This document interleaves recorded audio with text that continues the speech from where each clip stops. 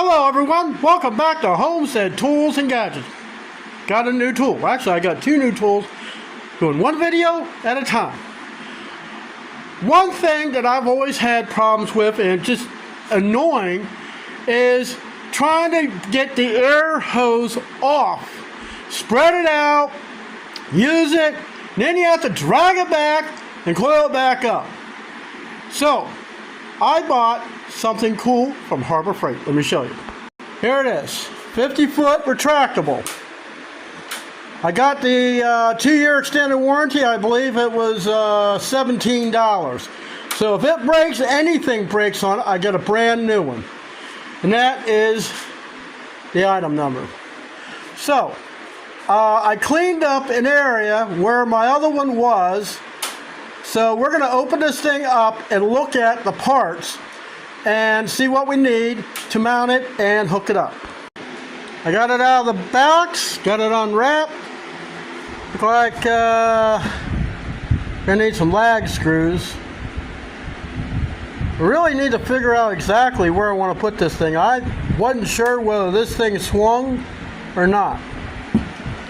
But it comes at 50 foot with some heavy duty hose. It's rated at about 250 psi. And it's a rubber hose. Even has a little stop, so when you get this thing mounted, when you tug on it, it'll stop right here, and it's got little rollers, so it's not going to make a mess. So, first things first, I have to figure out where to put this. See, originally, I had my air hose up here. So, being that thing sticks out in the middle of space, I'm thinking it's going to need, well, probably about the best place to put it would be on that wall. I'll have to see if I have any Tapcon screws to hold it over there. I got enough hose here, I should be able to drape it up and over the rafter and down to it. So, I might as well get that started.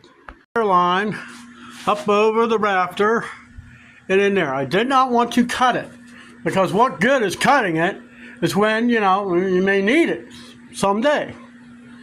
So now we got to find a way to mount that spool on the wall there, and then we'll move forward.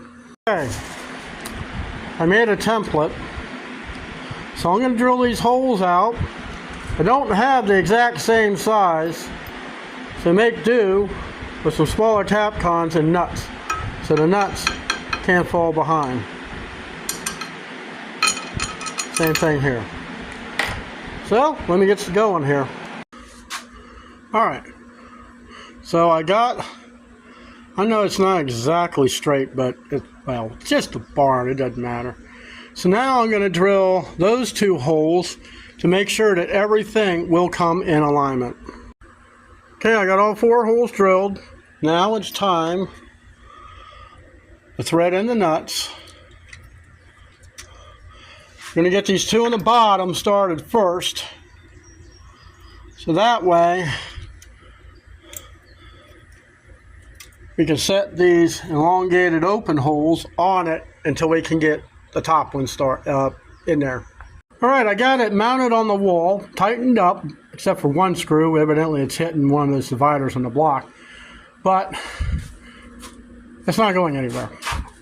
So now I got to take that fitting off and screw it in here. And I got some Teflon tape and some wrenches.